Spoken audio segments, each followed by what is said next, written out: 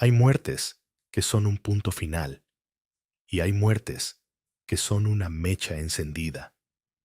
Finales que no concluyen nada, sino que desatan el infierno.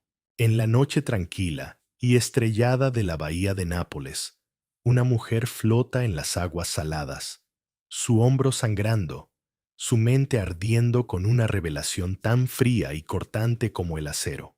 Es una Augusta, la mujer más poderosa del Imperio Romano, descendiente directa del divino Augusto, y acaba de sobrevivir al intento de asesinato más bizarro y teatral que la historia haya concebido, una trampa mortal orquestada no por un rival político, no por un enemigo extranjero, sino por la única persona en el mundo a la que había entregado todo su ser, toda su ambición y toda su sangre, su propio hijo, el emperador Nerón.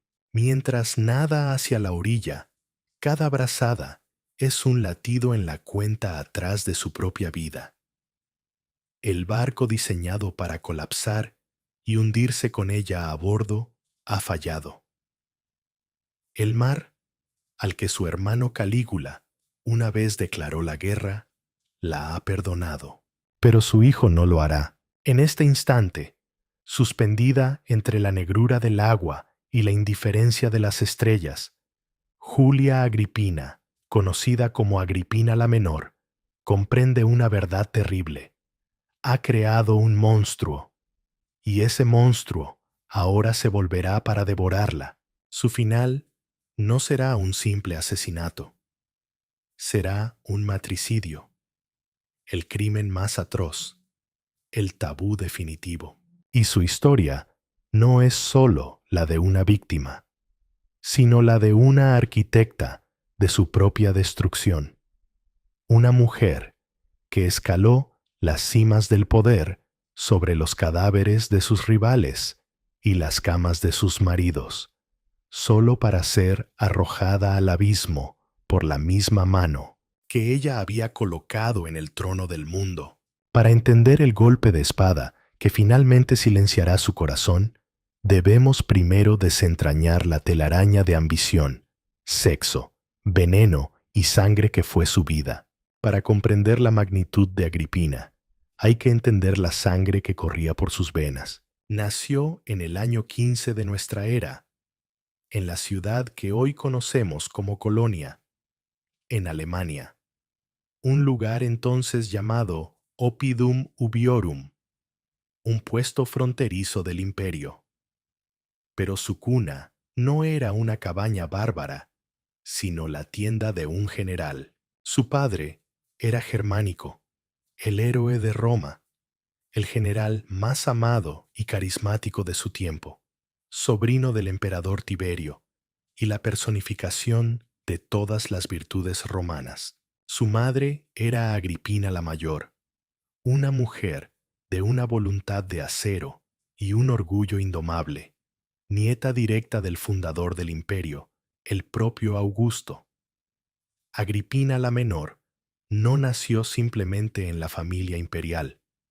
Ella era la familia imperial. Llevaba en su ADN la sangre sagrada de los Julios y los Claudios. El poder no era algo a lo que aspirar, era su derecho de nacimiento. Su infancia, al igual que la de su infame hermano mayor, Calígula, transcurrió entre campamentos militares, idolatrada por las legiones que veían en ella y en sus hermanos la continuación viviente de sus líderes. Pero este mundo de privilegio y adoración se hizo añicos muy pronto. Cuando tenía apenas 4 años, su padre germánico murió en Siria, en circunstancias que olían a veneno y a intriga palaciega. Las sospechas recayeron sobre el gobernador de Siria, Cneo Calpurnio Pisón, pero la sombra más larga era la del emperador Tiberio, un hombre que temía la inmensa popularidad de su sobrino. La muerte de Germánico fue el primer terremoto en la vida de la joven Agripina. Vio a su madre consumida por el dolor y una sed de venganza que la llevaría a enfrentarse directamente con el emperador. Fue una batalla que Agripina la Mayor no podía ganar. La familia fue sistemáticamente desmantelada por la paranoia de Tiberio. Agripina y sus hermanos mayores fueron declarados enemigos del Estado. Vio cómo su madre y sus dos hermanos eran arrestados, exiliados a islas inhóspitas donde morirían de hambre o por orden directa. Ella, su hermano Calígula y sus dos hermanas menores, Drusila y Julia Livia, se convirtieron en huérfanos políticos, supervivientes de una purga familiar que les enseñó la lección más brutal de la política romana. La proximidad al poder es tan peligrosa como la oposición a él. Vivió bajo la sombra de Tiberio, una existencia precaria, siempre vigilada, aprendiendo a ocultar sus pensamientos, a navegar las corrientes mortales de la corte. Su educación fue la de la supervivencia. Cuando su hermano Calígula ascendió al trono en el año 37, pareció que la fortuna de la familia se había restaurado. Él colmó de honores a sus tres hermanas, incluyéndolas en los juramentos públicos y acuñando monedas con sus efigies. Pero este favor imperial tenía un lado oscuro. Los rumores de incesto, especialmente con su hermana favorita, Drusila, mancharon la reputación de las tres. Agripina, una mujer de una belleza formidable y una inteligencia aguda, aprendió a usar su atractivo como un arma y un escudo. Su primer matrimonio fue con Gneo Domicio Enobarbo, un hombre de linaje consular, pero de carácter brutal y depravado. Cuando nació su único hijo, Lucio Domicio Enobarbo, el futuro Nerón, se cuenta que su padre, al ser felicitado, comentó sombríamente que cualquier cosa nacida de él y Agripina solo podía ser un desastre para el Estado. Fue una profecía terriblemente precisa. La estabilidad bajo Calígula duró poco. En el año 39, Agripina y su hermana Julia Livia fueron acusadas de participar en una conspiración contra el emperador y fueron exiliadas a las Islas Pontinas, el mismo destino funesto que había sufrido su madre. Su patrimonio fue confiscado. Una vez más, lo perdió todo. Pasó 2 años en ese exilio miserable, rumiando su desgracia, fortaleciendo su determinación. Fue el asesinato de Calígula en el 41 lo que le dio una segunda oportunidad. El nuevo e inesperado emperador, su tío Claudio, la llamó de vuelta a Roma. Pero Agripina regresaba no como una joven ingenua, sino como una veterana endurecida por la tragedia y el exilio. Sabía que la única seguridad residía en el poder absoluto, y que para una mujer en Roma, las rutas hacia ese poder eran limitadas y peligrosas. La intriga, la riqueza y el lecho imperial. Se casó por segunda vez con un hombre inmensamente rico, Crispo Pacieno, a quien, según los rumores que la perseguirían siempre, envenenó una vez que heredó su vasta fortuna. Con la sangre de Augusto en sus venas, una inteligencia política formidable y ahora una inmensa riqueza personal, Agripina estaba lista para jugar el gran juego. Solo le faltaba una pieza en su tablero, el trono mismo, y la ocupante del puesto de emperatriz, la joven y notoriamente promiscua Valeria Mesalina, esposa de Claudio, se interponía en su camino. Se dice que en esta época, Agripina consultó a unos astrólogos caldeos sobre el futuro de su hijo Nerón. La respuesta que recibió fue escalofriante y definitoria. Le dijeron que su hijo reinaría, pero que la mataría. Su respuesta, si hemos de creer a Tácito, revela la esencia de su ambición ilimitada. Oxidat, dum imperet, que me mate con tal de que reine. ¿Fue este el pacto fáustico de una madre devota o la declaración de intenciones de la mujer más ambiciosa de la historia de Roma? El ascenso de Agripina, desde exiliada perdonada a dueña de Roma, es una obra maestra de la manipulación, la seducción y la crueldad calculada. Al regresar a la corte de su tío Claudio, encontró un nido de víboras. El emperador, un hombre erudito pero indeciso y fácilmente influenciable, estaba dominado por dos fuerzas: su joven y lasciva esposa, Mesalina, y un triunvirato de libertos griegos increíblemente poderosos, Pólux, Narciso y Calisto. Agripina, con la paciencia de una araña, comenzó a tejer su red. En lugar de competir directamente con Mesalina en su terreno de excesos y escándalos, Agripina cultivó una imagen de matrona romana digna, severa y virtuosa. Era una fachada, por supuesto, pero una fachada brillantemente efectiva. Mientras Mesalina coleccionaba amantes y humillaba al emperador con su descaro, Agripina se posicionaba como la alternativa sobria y respetable, la verdadera portadora de la sangre de Augusto. La rivalidad entre las dos mujeres era una guerra fría librada en los pasillos del Palatino. Mesalina, sintiendo la amenaza, intentó varias veces deshacerse de Agripina, incluso contratando asesinos para estrangular al joven Nerón mientras dormía, un complot que, según la leyenda, fue frustrado por dos serpientes que aparecieron para proteger al niño, pero la perdición de Mesalina no vendría de la mano de Agripina, sino de su propia arrogancia demencial. En el año 48, mientras Claudio estaba fuera de Roma, Mesalina cometió el acto de traición definitivo. Celebró una ceremonia de matrimonio pública con su amante, el cónsul designado Cayo Silio.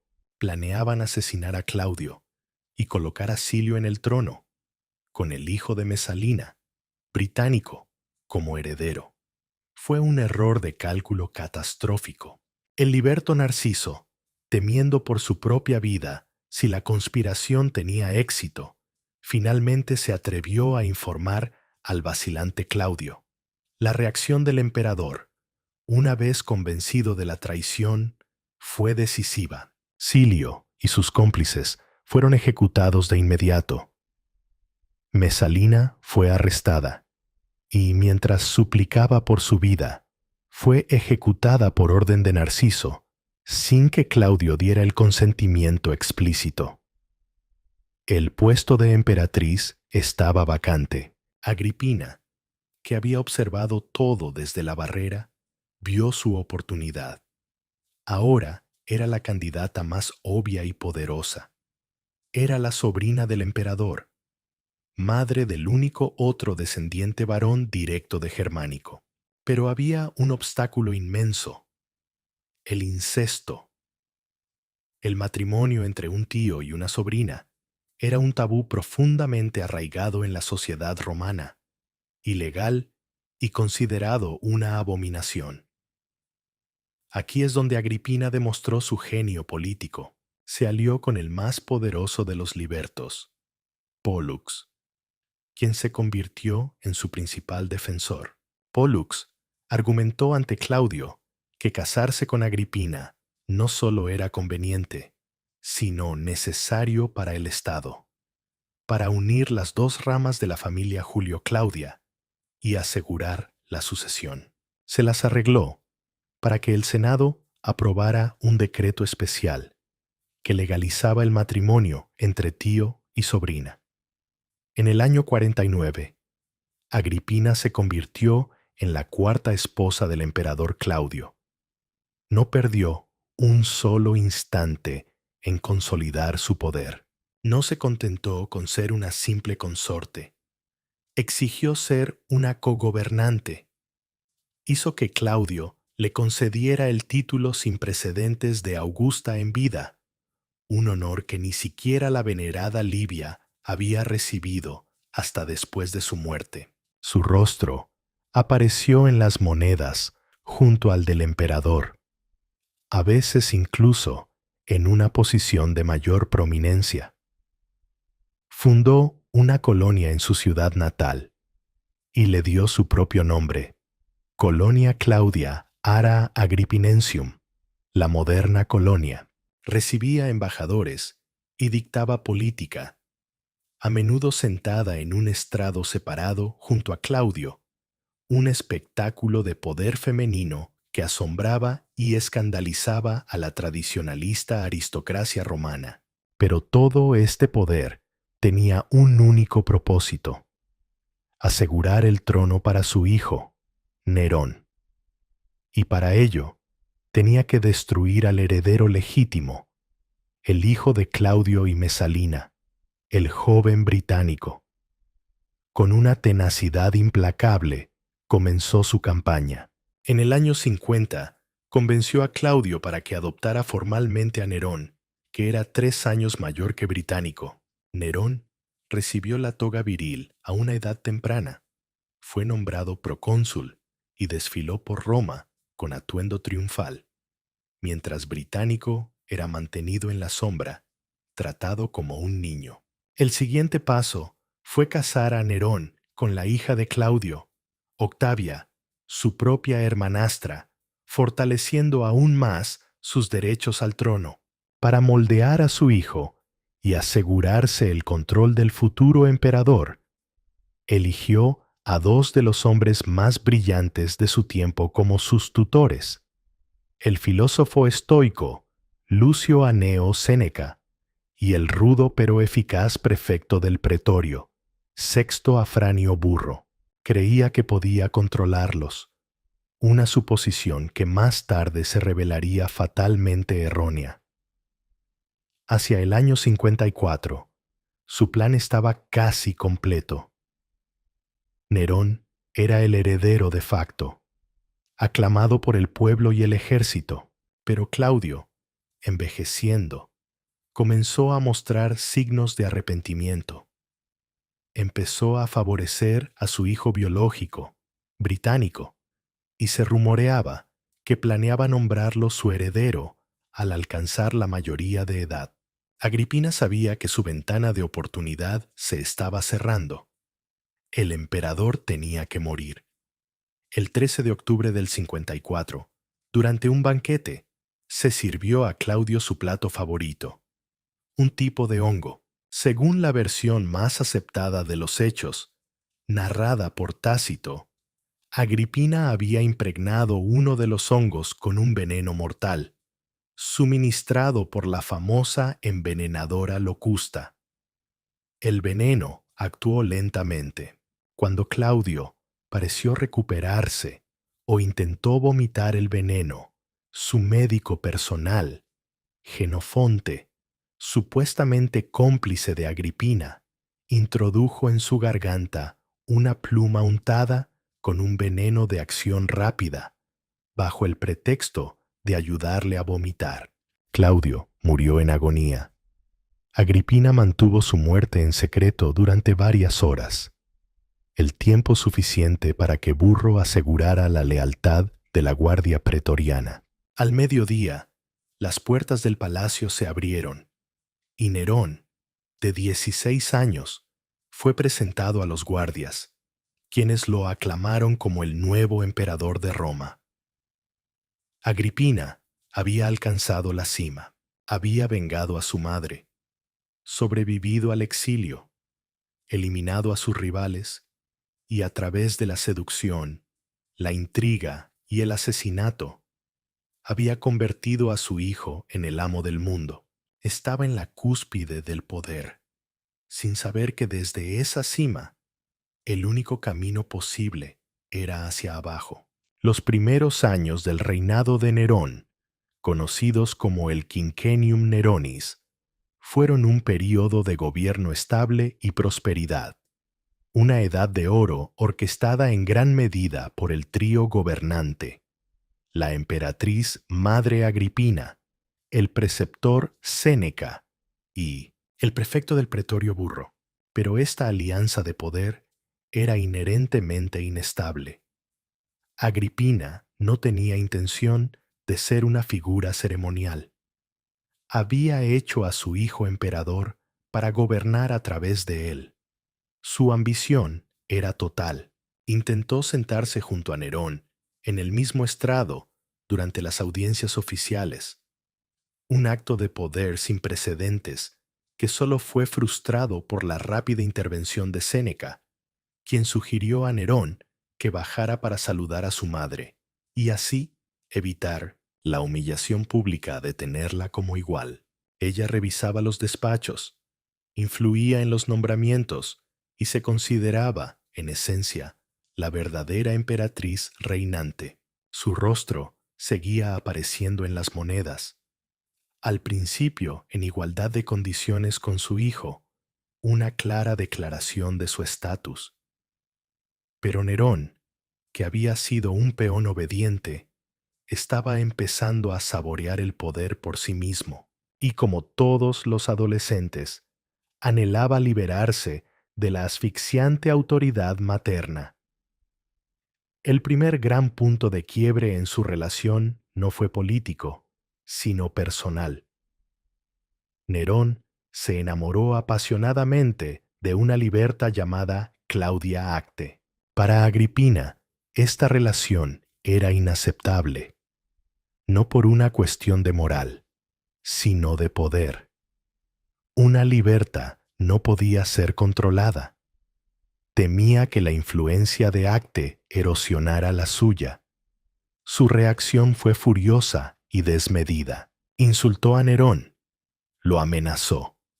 Le recordó que todo lo que tenía se lo debía a ella, pero sus tácticas de intimidación, que siempre habían funcionado, esta vez fracasaron. Nerón, alentado por Séneca y Burro, que veían en este conflicto la oportunidad de reducir el poder de Agripina, se aferró a su amante.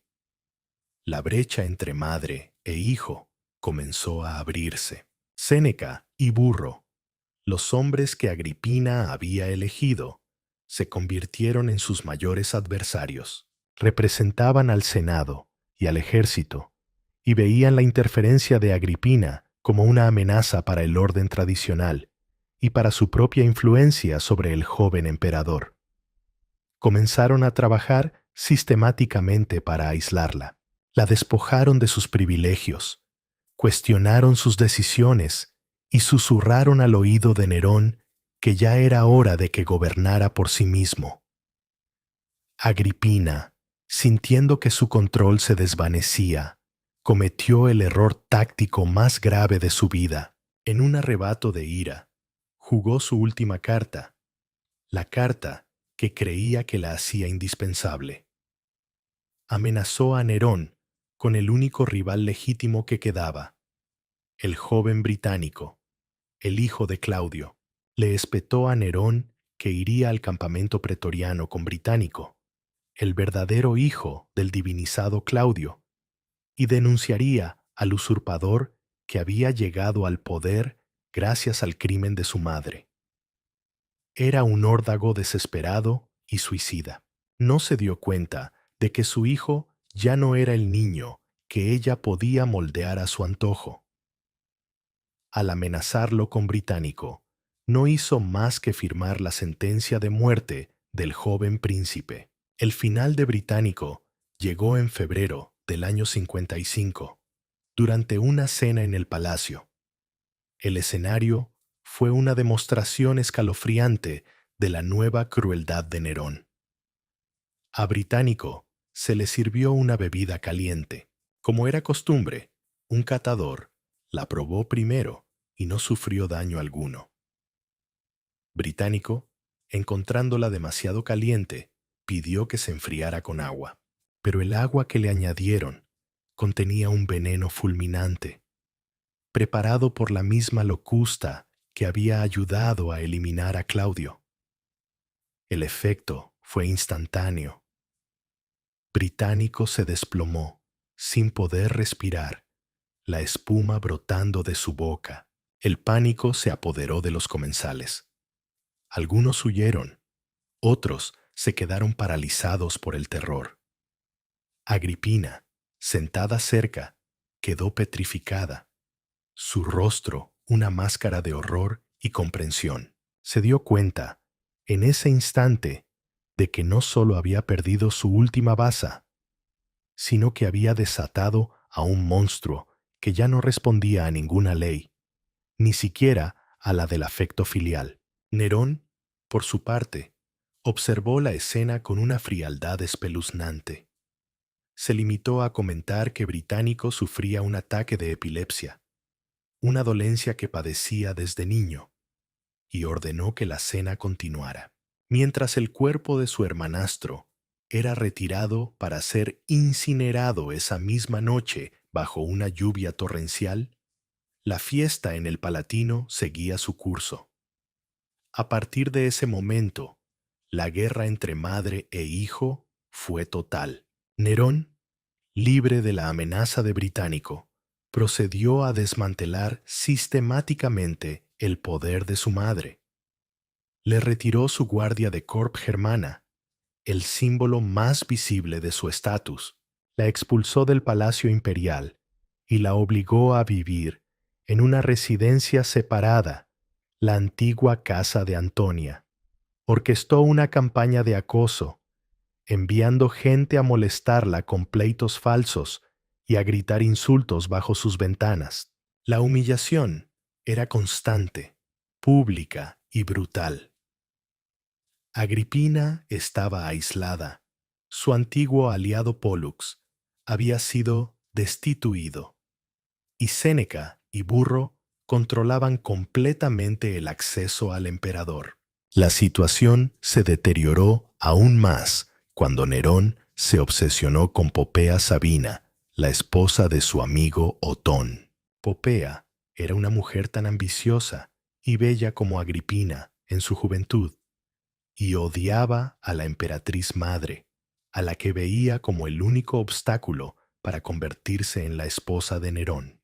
Constantemente se burlaba del emperador, llamándolo un niño bajo la tutela de su madre, incitándolo a que se deshiciera de ella para demostrar que era un verdadero hombre.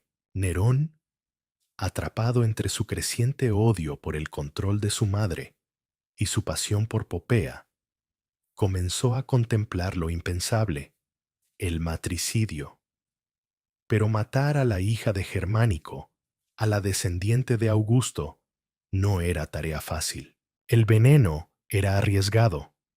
Ella, experta en la materia, tomaba antídotos. Un asesinato con espada sería difícil de ocultar y provocaría un escándalo masivo.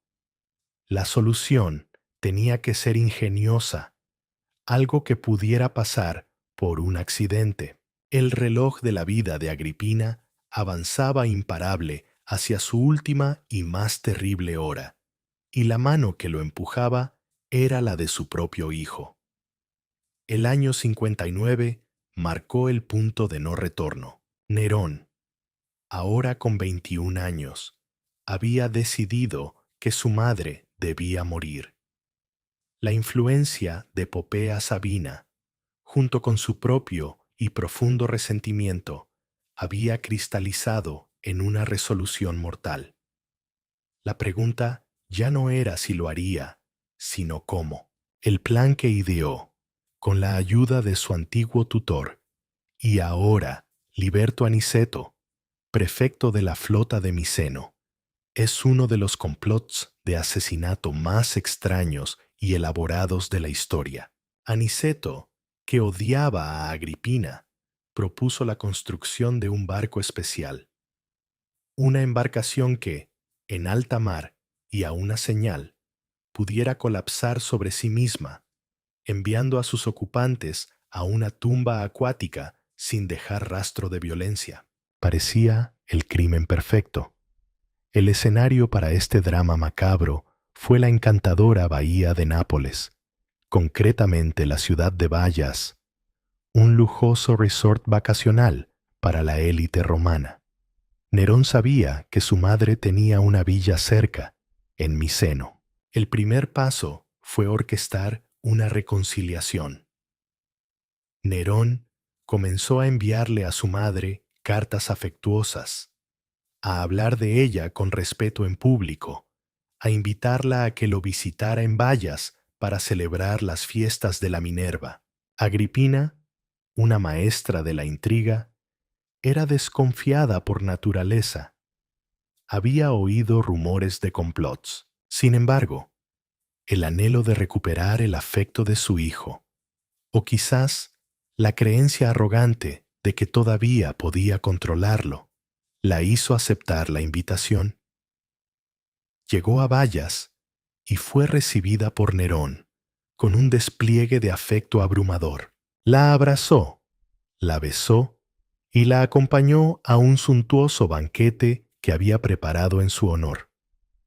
La atmósfera era festiva, pero bajo la superficie, la tensión era palpable.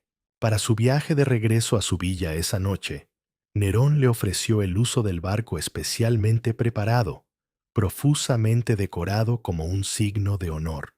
Agripina, presintiendo algo, al principio se excusó, diciendo que prefería viajar en su propia litera por tierra, pero el encanto de Nerón, las prolongadas conversaciones y el vino finalmente disiparon sus sospechas, o al menos la hicieron bajar la guardia.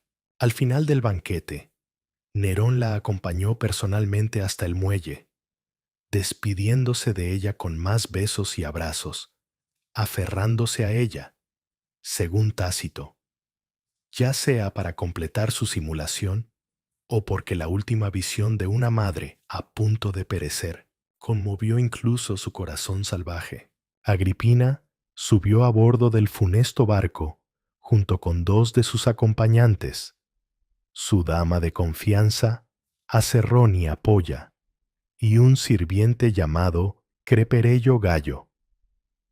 La noche era clara, el mar estaba en calma y el cielo estaba lleno de estrellas. La embarcación se alejó de la costa, deslizándose silenciosamente sobre las aguas oscuras. Acerronia, feliz por la aparente reconciliación, se recostó a los pies de Agripina y comenzó a hablar con entusiasmo sobre el arrepentimiento de Nerón y la restauración del favor de su madre. Entonces, a una señal preestablecida, el infierno se desató.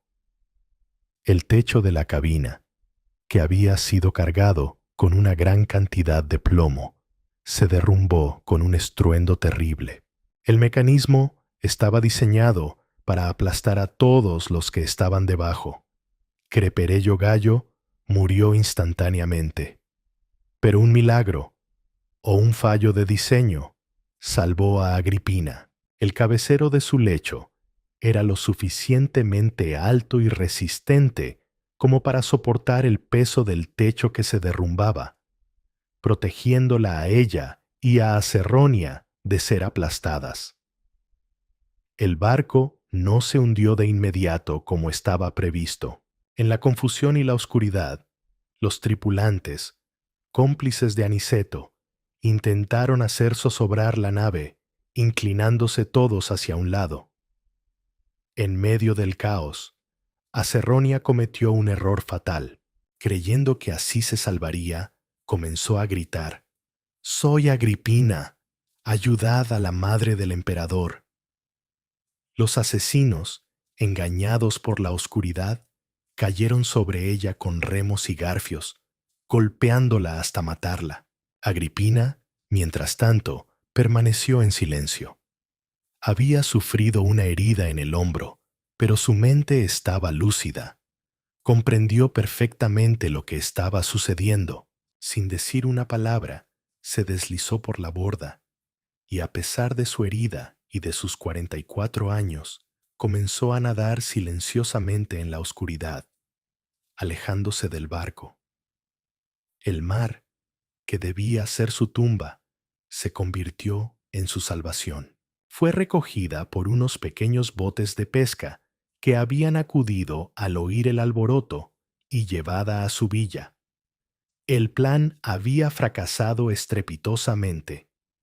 En su villa, mientras un médico atendía su herida, Agripina repasó los hechos. La invitación traicionera, el barco de honor que se desmorona, el ataque a la mujer que gritaba su nombre. No había duda. Era un atentado, y su hijo era el autor. En este momento crítico, tomó una decisión calculada. En lugar de denunciarlo, decidió fingir que no sabía nada. Envió a su liberto Agerino a Roma para informar a Nerón de que, por la gracia de los dioses y la buena fortuna de su hijo, había sobrevivido a un terrible accidente. Era su última y desesperada jugada. Darle a Nerón una salida, fingir que creía en su inocencia, quizás con la esperanza de que el miedo al fracaso lo detuviera. Pero solo selló su destino. Cuando la noticia del fracaso llegó a Nerón, entró en pánico. Estaba aterrorizado. Su madre sabía la verdad, y una Agripina viva, sabiendo que su hijo había intentado matarla, era la amenaza más peligrosa del mundo. Convocó a Séneca y Burro. Al principio, guardaron silencio, sin saber qué aconsejar. Finalmente, Séneca, el gran filósofo estoico, miró a Burro y le preguntó si se podía ordenar a la guardia pretoriana que matara a Agripina. Burro respondió que los pretorianos eran leales a la casa de los Césares y no levantarían la mano contra la hija de Germánico. Luego, con una resignación fatalista, añadió que Aniceto, el que había comenzado la obra, debía terminarla. Aniceto, ansioso por completar su misión, aceptó sin dudar. Mientras tanto, en la villa de Agripina, la multitud local se había congregado fuera, celebrando su supervivencia. Pero esa alegría se convirtió en pavor cuando vieron llegar a Aniceto, acompañado por un capitán de trireme y un centurión de la flota. Rodearon la villa con sus hombres. Aniceto forzó la entrada, arrestó a los esclavos y se dirigió a los aposentos de Agripina. La encontró en su dormitorio, débilmente iluminado por una lámpara. Solo una sirvienta estaba con ella. Esperaba ansiosamente el regreso de su mensajero, Agerino. El silencio se hizo cada vez más pesado. La sirvienta, asustada, se levantó para irse. «Tú también me abandonas», dijo Agripina con amargura. En ese momento, Aniceto y sus dos oficiales entraron en la habitación. Se pararon en silencio alrededor de su lecho. Agripina los miró y rompió el silencio con una voz que mezclaba el sarcasmo y el desafío. «Si has venido a visitarme, puedes decir que estoy recuperada. Si has venido a cometer un crimen, no creo que mi hijo sea el autor. Él no ha ordenado el matricidio». Los asesinos no respondieron. La rodearon. El capitán de trireme fue el primero en golpearla en la cabeza con un garrote.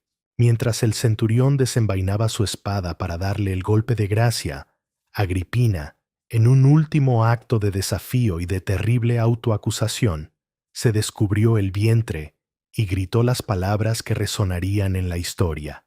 «Ventrem feri», hiere el vientre que había concebido y dado a luz a su propio asesino. Múltiples espadazos acabaron con su vida, poniendo un final brutal y sangriento a la mujer más poderosa que Roma había visto jamás. La muerte de Agripina no trajo el alivio que Nerón esperaba, sino un nuevo tipo de terror. El terror de la conciencia, o al menos el miedo a las consecuencias. Las fuentes antiguas, especialmente Tácito y Suetonio, describen a un emperador atormentado tras el crimen. Se dice que Aniceto lo llevó a ver el cadáver de su madre. Nerón contempló el cuerpo desnudo y mutilado y, lejos de mostrar remordimiento, comentó fríamente sobre la belleza de sus miembros, añadiendo que no sabía que tenía una madre tan hermosa. Acto seguido, pidió vino y se dispuso a celebrar. Sin embargo, esta fachada de frialdad se resquebrajó rápidamente. Durante las noches siguientes, Nerón fue acosado por pesadillas. Creía ver el fantasma de su madre persiguiéndolo, flanqueada por las furias con sus antorchas y látigos. El sonido de una trompeta, que parecía provenir de la tumba de Agripina, lo aterraba. Se sentía vigilado, juzgado por un poder superior. El matricida era ahora el prisionero de su propia culpa. El problema inmediato, sin embargo, era cómo justificar un crimen tan horrendo ante el Senado y el pueblo de Roma. La historia del accidente de barco ya no era sostenible. Se necesitaba una nueva narrativa, una que convirtiera a la víctima en la agresora. Con la ayuda de Séneca, que manchó su reputación para siempre al participar en esta farsa, se redactó una carta para el Senado. En ella, Nerón afirmaba haber descubierto una conspiración. Según esta versión, Agripina, furiosa por el fracaso de sus planes para tomar el poder, había enviado a su liberto Agerino para asesinar al emperador. Cuando el complot fue descubierto, ella, abrumada por la culpa, se había suicidado. Para dar credibilidad a la historia, se plantó una daga junto al mensajero Agerino cuando fue arrestado. La carta era una sarta de mentiras tan absurdas que resultaban casi insultantes. Enumeraba rencores pasados. Acusaba a Agripina de aspirar a una corregencia y de haber humillado al Senado. Culminaba con la ridícula afirmación de que el naufragio había sido un acto providencial de los dioses para sacar a la luz su maldad. La reacción del Senado fue una de las páginas más vergonzosas de la historia de Roma. En lugar de cuestionar el relato inverosímil, se apresuraron a felicitar a Nerón por haber sobrevivido al complot de su madre. Decretaron acciones de gracias públicas, la celebración de juegos anuales en el aniversario del descubrimiento de la conspiración y la colocación de una estatua de oro de Minerva en el Senado, cerca de la del emperador. Fue una demostración abyecta de servilismo y miedo. Nadie se atrevió a hablar por la muerta. El pueblo, sin embargo, reaccionó de forma más ambigua. Hubo manifestaciones de apoyo a Nerón, pero también un profundo malestar. Durante la noche aparecieron en Roma carteles satíricos. Uno, aludiendo al naufragio, al matricidio y al nombre de Nerón, decía: 3 catástrofes, el naufragio, el exilio, la muerte. Otro colgaba un saco de cuero de una de las estatuas de Nerón, una referencia al castigo tradicional para los parricidas, que eran ahogados en un saco junto a un perro, un gallo, una víbora y un mono. Mientras tanto, el cuerpo de la augusta asesinada recibió un funeral indigno de su rango. Sus restos fueron incinerados esa misma noche, en un lecho de comedor, en una pira humilde y apresurada, atendida por uno de sus libertos. No hubo un funeral de estado, ni un mausoleo grandioso. Sus memorias, que había escrito detallando su vida y los crímenes de la corte, fueron suprimidas. Durante el resto del reinado de Nerón, su tumba permaneció sin terminar y sin ninguna inscripción.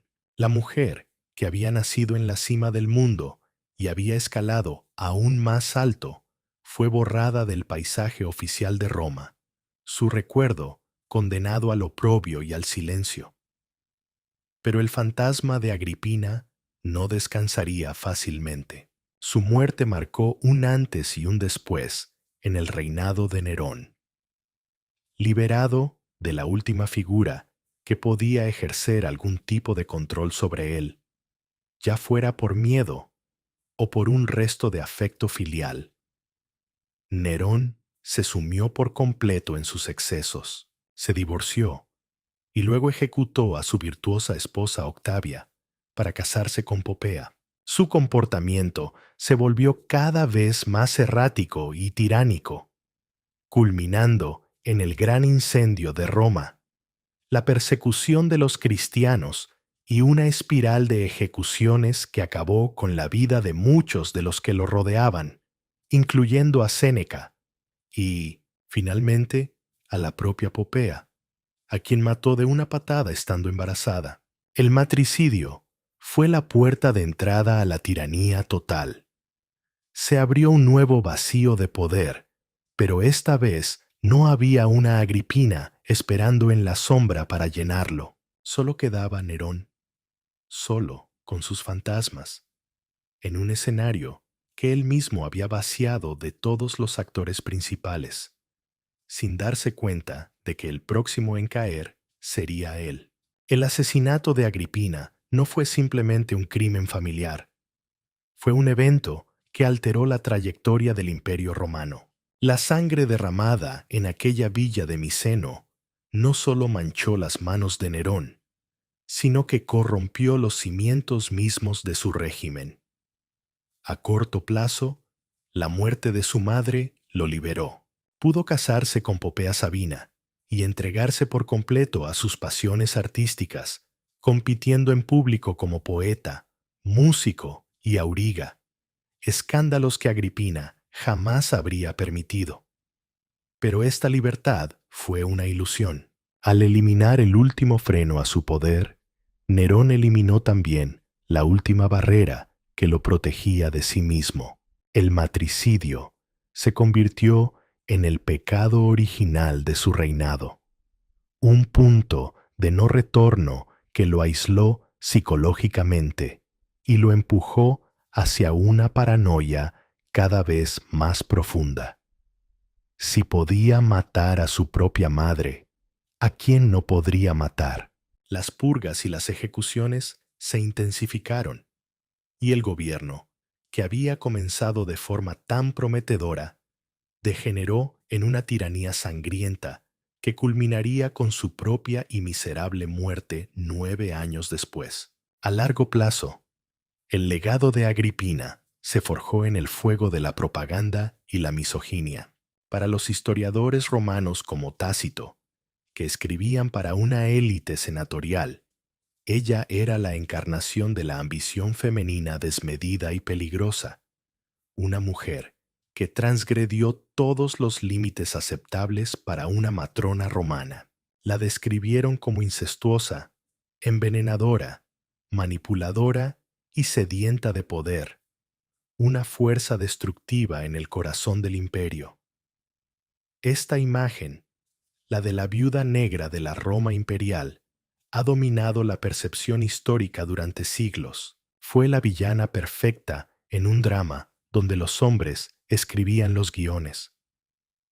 Sin embargo, su muerte nos obliga a mirar más allá de esta caricatura.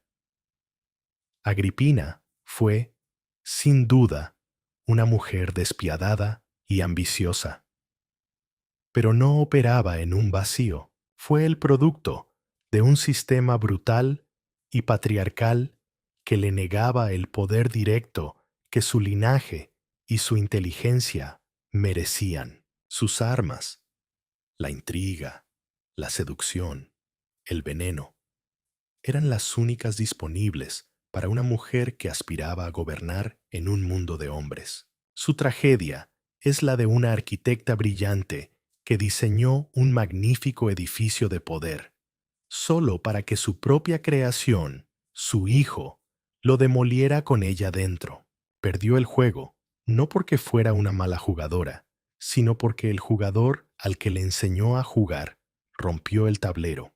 La profecía que supuestamente escuchó de los astrólogos, reinará, pero matará a su madre, y su escalofriante respuesta, que me mate, con tal de que reine, se ciernen sobre toda su historia.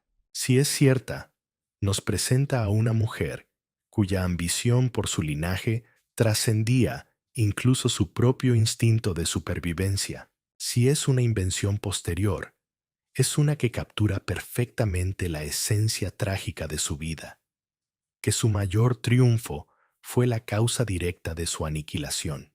Y así, la pregunta final que nos deja el cadáver de Agripina en aquella playa solitaria no es simplemente si fue buena o mala. Es una pregunta más profunda sobre la naturaleza del poder y el precio de la ambición en un mundo que no está preparado para ello. ¿Fue Agripina un monstruo que corrompió a todos a su alrededor? ¿O fue una figura trágica, una leona que luchó con las únicas garras que tenía para proteger a su cachorro y asegurar su lugar en la historia, solo para ser devorada por él, cuando se convirtió en un depredador más fuerte? Su historia es un eco eterno de que, a veces, el mayor peligro no proviene de nuestros enemigos, sino de aquello que más amamos y por lo que más hemos sacrificado, hemos sacrificado, hemos sacrificado, hemos sacrificado, hemos sacrificado, hemos sacrificado.